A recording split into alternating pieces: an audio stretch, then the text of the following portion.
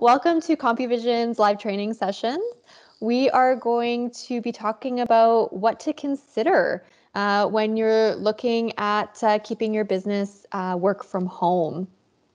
And it's really important when we're talking about working from home to kind of think about it in a different way. And I want to challenge everybody to think about working from home, which is really limiting because we're in this pandemic right now. And you think of home and you kind of think of yourself in a box, to working from anywhere. And this idea of working from anywhere in the post-pandemic world is really important in today's call and presentation, because post-pandemic, is when the world is not in this lockdown state of a health emergency across the world. We can kind of open up and think of this in a broad base or freeing experience from anywhere versus just from working from home. While we are definitely in a different era, a different time, and it's hard to kind of have a crystal ball and decide who's going to be the future or what's going to be the future, we really want to take a look at a few things. And so I thought I'd start today with a history. So History 101, the origins of an office. Do you have the space, and what is that paperless future, or that paperless office going to look like? Then we'll go into some productivities. I call them the 3 T's: tools, tips, and tricks. We're going to talk a little bit about digital morale and the company culture and what that looks like online. And then we're going to welcome Morgan for a bit of a fireside chat. And she's going to talk about the best of both worlds, so a hybrid model of working. And I'm going to ask her some very fun, prodding questions, and hopefully she'll put up with us for a little bit to answer them. So History 101, this is kind of a fun slide as I was researching this. Workplaces were designed to facilitate rows of manual, white-collar workers and typists. They were packed tightly in an effort to maximize efficiencies and keep our paper and our people together in one place. And I think that's really important when we think about the way offices have traditionally operated. It's this idea of putting paper and people in one place together. So there's evidence to suggest that the first office actually originated in ancient Rome. However, it wasn't documented or official. And so the actual first official documented office was in 1726 in London, and it was called the Old Admiralty Office. And this is when the British Empire was expanding and engaging in an increasing level of trade with other parts of the world. And the first office building, served the Royal Navy, and it was actually to hold or host their paperwork. And this was to also have meeting spaces. There's a boardroom in this office that actually exists and is still used today. And this was called the design of the new space. And we have to remember that, back in this time, living spaces were really small. So bringing your stacks of paper home, it just really wasn't an option. Ooh, let's just mute. That's okay. Hello. There we go. Thank you. Thank you for joining us. So again, remembering that, the intellectual worker, which this was a really new idea at the time, really didn't want to work with distraction. There were lots of families and sometimes multiple families in one space. And so we really at this point needed a place that could house paper, people, one place. The next piece of this is kind of interesting, and it's called Taylorism. And Taylorism is the rise of the open plan office. And this is actually something that many traditional offices are built around today. And so the earliest modern office, as it was called, was a scientific approach, and it emphasized efficiency, the adoption of a rigid, regimented office layout, and it resulted in workers sitting in endless rows of desks with managers that were located in encircling offices where they could observe. These early open office plan offices grew in popularity, and throughout the early 20th century, followed these principles by Frank Taylor, hence Taylorism, who really wanted to maximize industrial efficiency to the worker. And like I said, today we see a lot of these types of offices in effect, but with better lighting and usually Klondike bars in the fridge. So what happens when people and paper no longer need to exist, right? What happens when we start talking about the paperless office and um, and what that can look like for our future? So this isn't an easy process. The idea of offices being paperless, I know in 2020 and in a lot of our traditional businesses, that's a hard reality to look at, especially depending on what industry you're on or in. But in 1999, Bill Gates was famously quoted that the paperless office, like artificial intelligence, is one of those any day now phenomenons that somehow just never seem to actually arrive. However, when the new Microsoft CEO, Satya Nadella, announced in 2019 that he actually has completed the shift strategy, and that is due in part to technologies like cloud technology, which actually brought Microsoft into a modern day workforce in his mind and took away a lot of the outdated paper processes that Microsoft was still using. So it is kind of up in the air as to when this started, but through my research and through a few different interviews, it looks like it took anywhere from 5 to 6 years. So early 2014 is when they said Microsoft kind of started this process, and then they moved to this completion of their own shift strategy in February 2019. So it really doesn't happen overnight, but it's important that these conversations just start to happen. So some questions. What does your paperless future look like? What is your strategy? And start small, building it out with things like maybe just no more printed request forms or stopping your fax number in a day that we can scan everything. Might be just some small wins that you can do to reduce the paper and the office, which helps bring you into this idea of this work from home environment for the future. So moving into productivity, tools, tips, and tricks. A few things that are kind of interesting is when we talk about tools, we really are talking about cloud. With the adoption of cloud and Office 365, such as SharePoint, OneDrive, Teams, and Planner, these have seamless integrations on online collaboration from anywhere you work on any device. And it's really popular that when we're talking about cloud, that you see kind of the CEO sitting on a beach with his office on his lap, and he's got a drink beside him, and it's this idea of this anywhere workplace. Now, Morgan will probably squash that ideal, as I'm sure that's not the way that she works, but it's what we think about, and we think about traveling the world and working from anywhere. The other idea is developing tools in our businesses. And so one of the big tools that has helped me with my journey with using a lot of freelance work or distributed workforces is idea of screenshot software. And so screenshot software actually monitors your employees' efficiencies by taking a picture of their screen. And so there's two tools out there called Screenshot Monitor or Kick Idler, which you can do really neat things like set up alerts when it's been a long period of time, whatever is appropriate for your business, that someone isn't working or seemingly to be working on your work. One of the things that this has also helped is when some of my freelancers who work on like multiple projects, it helps me really look at when are they actually working on my project versus when they're working on somebody else's. And so I find this tool extremely valuable when considering how we kind of look at our productivity and efficiency. I also use it on myself.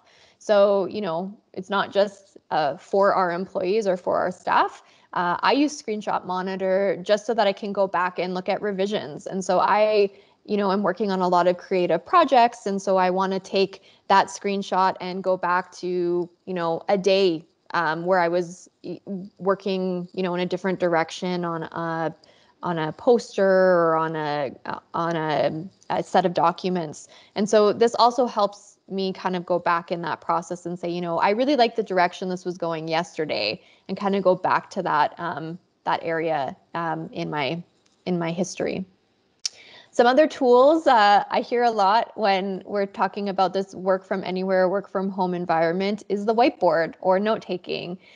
People are missing a lot of those tools, and I get it. So OneNote is really powerful. It is a bit of an adoption if you have never used it before, but well worth it.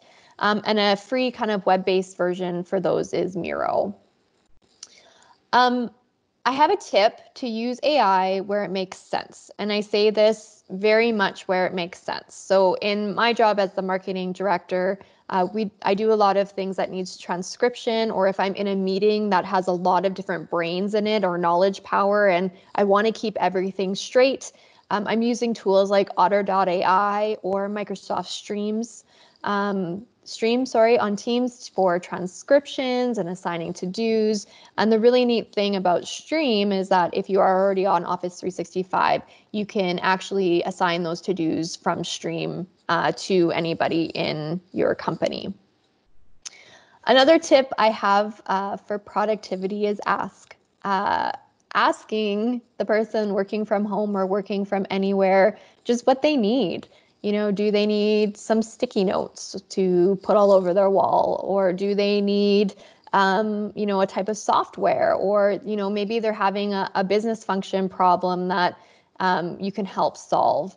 Or maybe it's just to ask, if there's a way that they can have some quiet time or whatever that it is they need for their mental health. So this idea of asking, how people are doing and asking how our workers are doing is even more relevant, I think, today than it ever has been. A trick I want to leave you with is called Crisp. So Crisp is a noise canceling app that helps any remote professional and team be more productive. It cancels actually the background noise on both ends of a meeting or a call. And so if you've got that toddler like I do running around the house, this is a really great trick to help seem a little bit more professional and grounded when you're on meetings and calls.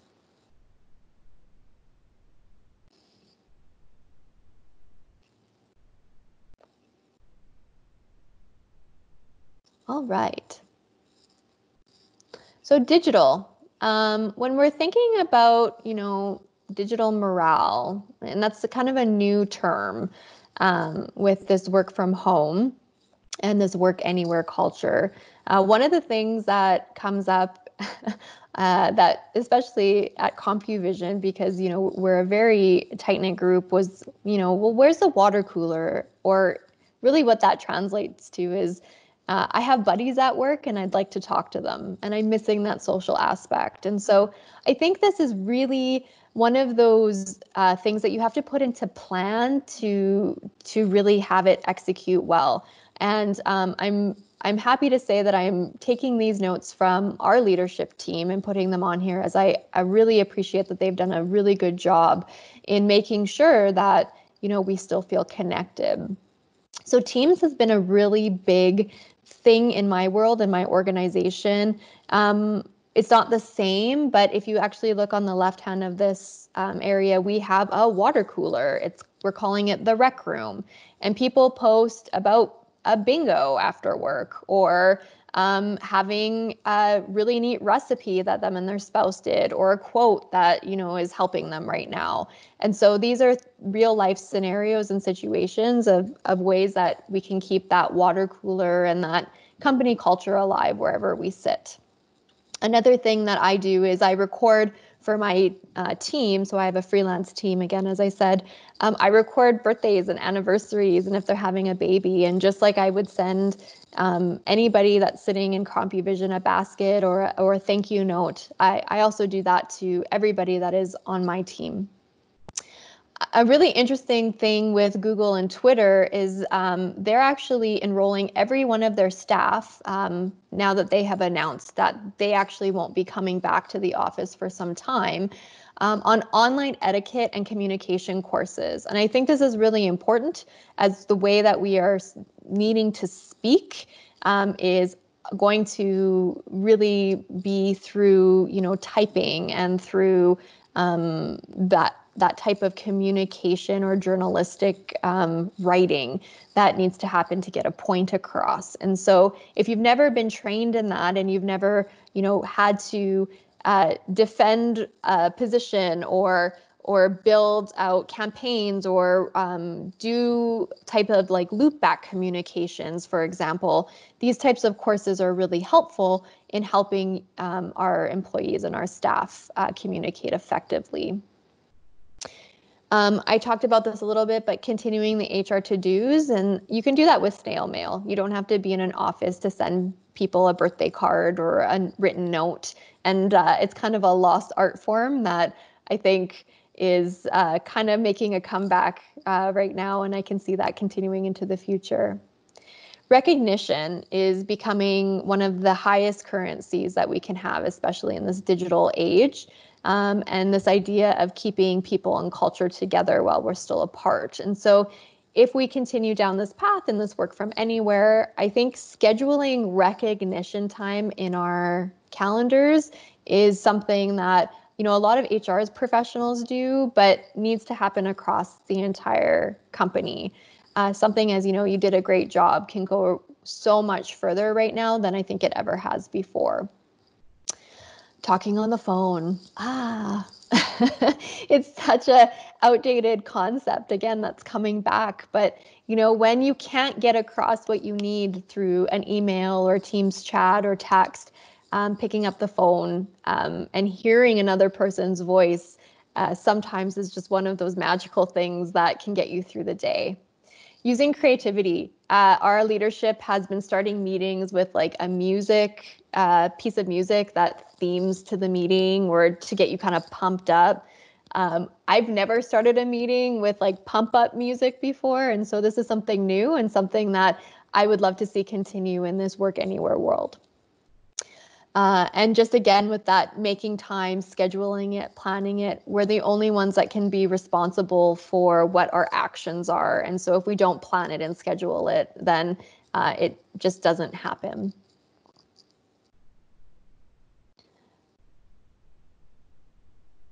All right, so I'm going to ask Morgan to unmute herself. I'm back. Hey, how's it going? Okay, so Good. I'm gonna just let everybody know a little bit about you and who you are. So Tennessee native Morgan Overholt is the owner of Morgan Media LLC. It's an amazing graphic design agency that's located in Miami, Florida. She is also an Upwork freelancer. She is on my team. I absolutely love working with her. She's a contributor for Business Insider and a small business evangelist. And Morgan and her team have worked with nationally recognized clientele from all over the world, including the Centers for Disease Control Foundation, Kimberly-Clark, and Stanley Black & Decker. Morgan has most recently been featured on Upwork.com, Refinery29, and on Business Insider. So thank you, Morgan, for being with us today. Yeah, thank you so much for having me. This is one of my favorite topics. Great. So I'll start with kind of a very loaded question, because that's how fireside chats should start, is how was it moving from a traditional office environment to this idea of the remote or virtual work anywhere space? And how has this changed you from kind of before to now the way that you work? Well, it completely changed my life. I'll tell you a little bit of a background about me. I started my own company about 3 years ago now. And before that, I had spent virtually a decade essentially in the corporate realm or in that corporate world. And so I was very used to going in, essentially 9 to 5 or just working a regular set of hours, being around people, having like your designated workspace, making the commute to and from home. Going from that to a completely what was even seen as little as 3 years ago is almost unheard of. I mean, today, post pandemic, it seems to be a lot more common. In fact, I think I even saw a recent study that Upwork did. They said something like nearly 40%. And I don't absolutely quote me on this, but it was something along the lines of 40% of Americans, at least, are now working from home or remotely in some capacity. So even just as little as 3 years ago, this was something that was virtually unheard of. It was a bit of a transition, but the more I got into it, the more I realized what incredible benefits that working remotely, working from home has. The flexibility is incredible. The productivity is shockingly incredible. In fact, a recent study by Freakonomics said that they estimate productivity for people when they switch to working from home, working remotely, goes up to almost 14%, which is interesting to me. I thought that was really fascinating and actually probably one of the most interesting things when I made that transition, because I thought working from home, I'm going to be distracted. I'm going to have all this stuff. I'm going to have my husband bugging me who also works from home, or I'm going to be, in the kitchen all the time, just sitting there snacking on stuff I shouldn't be snacking on, or, dealing with this constant distraction. And what's funny is, aside from maybe the husband bugging me, very few of those things were actually there at the end of the day. And so not only what did I have this newfound freedom, but I also found this productivity that was completely untapped. And I really credit that ability to work remotely and develop that process working from home to a lot of probably the reason why I found so much success running my own remote agency. So let's talk about the processes for you. So, a lot of people here, we're employees of companies. This is a very new world for us. So what were some of those like early adoption kind of go-tos or lessons learned that you can share with us today? All right. Well, no problem. I'm going to convert all y'all, right? I'm going to reform you today. First of all, do not be scared. The number one thing that you really have to do before you think about anything, and this is actually going to be one of those do as I say and not as I do moments, because I got a bit of a kick in the pants during the pandemic because I wasn't fully prepared in this specific way, is having a real dedicated space at home. And I'm talking about a space where you have an ergonomic chair. Don't be sitting at your dining room table if you can help it. A desk, make sure that you're now for the meeting. I actually have my chair sitting lower to get a more flattering angle, but normally I would be sitting up with my elbows actually adjacent to the desk to make sure that my back, my arms, my legs are all in a proper position. I even have a footrest if I need it. Those basic ergonomic steps are so very important, because if you don't do those sorts of things very early on, you're going to end up hurting both mentally and physically pretty quickly when you transition into that. So make sure that you have your space set up. Also, you want to make sure that you have a space set up to where it's mostly distraction free.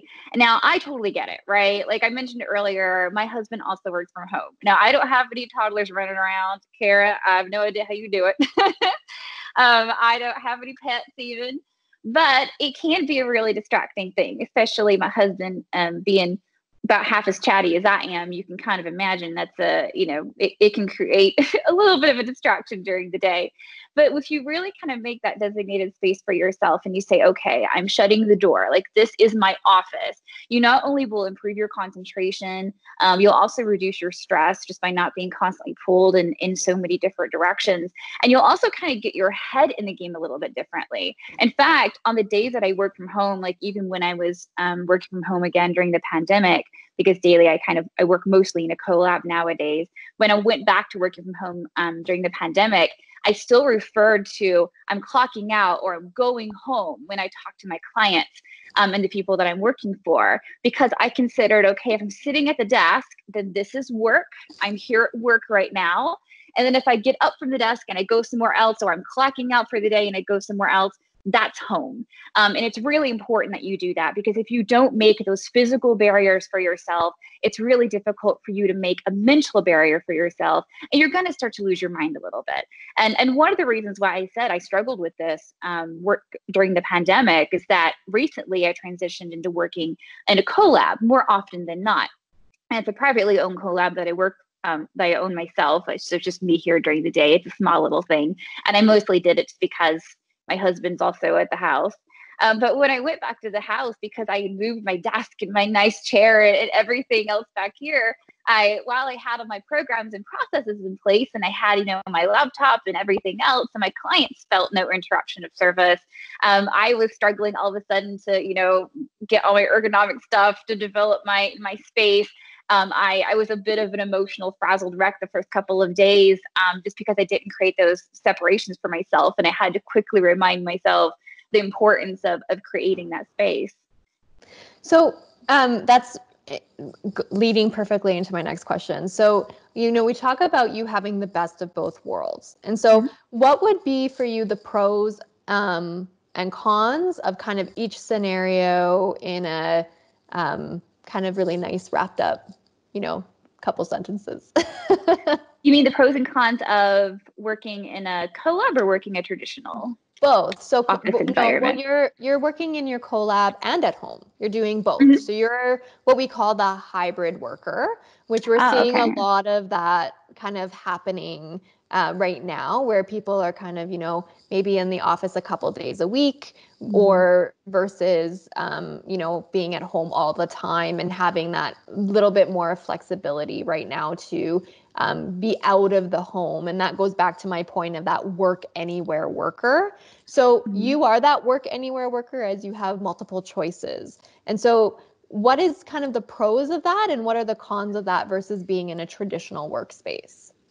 Well, I'll tell you, it's funny that you said that earlier about how it's going to debunk the whole, you could work virtually anywhere, because I feel like there's this myth out there that seems to be perpetuated on social media by Instagram pictures with the hashtag, entrepreneur or work from home, where somebody's got their laptop on a beach, and they've got like a cocktail in one hand and like sunglasses, and and let's be honest, that's not the reality, right? Like, first of all, you don't want the sand in your laptop. You can't, the sun glare is horrible. You can't even see the thing. I actually tried one day just to take it to the pool. It was a mess. So there are certain realities about working from home or working remotely, for sure, but there are a lot of benefits. So while it might not quite be as glamorous as, what Instagram would like for us to believe, I am able to travel a significant amount more than I used to be able to.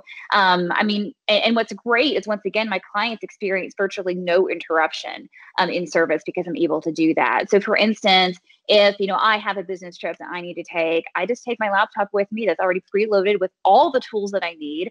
Absolutely nothing changes for me. My clients half the time don't even know that whether or not I'm here or at home or like New York or Washington, D.C. And at the end of the day, that's the name of the game, having that fluid ability to be literally anywhere in the world. Or if my husband goes on a business trip, I just pick up and go with them, whatever, we can have fun on the weekend, and then Monday back in hotel, I'm back at work. And once again, there is essentially no interruption of service. And so there is really something that's quite incredible about that. In fact, there's also something that was really to be said. I wrote about this recently in one of my Business Insider articles when the pandemic happened, because of course, when they announced here in Miami that they were going to be forcing all small businesses, or what's the word, non-essential businesses, to temporarily shut down, of course, I had a million things in my mind, obviously my own health and safety, the health and safety of my friends and family, how long this would go on. I even worried about, the flow of, or the amount of work coming in, and whether or not that'd be affecting my clients. But the interesting thing is, the one thing that I didn't have to worry about is whether or not I was going to be able to do my job. In fact, I saw so many companies in a variety of realms, in a variety of industries, sort of suffering with that a bit, right? There were a lot of restaurants, in fact, here locally. And I live in a very hot spot in Miami, Florida currently, where you would think these young and hip, people and these really big popular restaurants would have this ability to have like mobile ordering and all these things. Well, a lot of them didn't have that in place and they were struggling.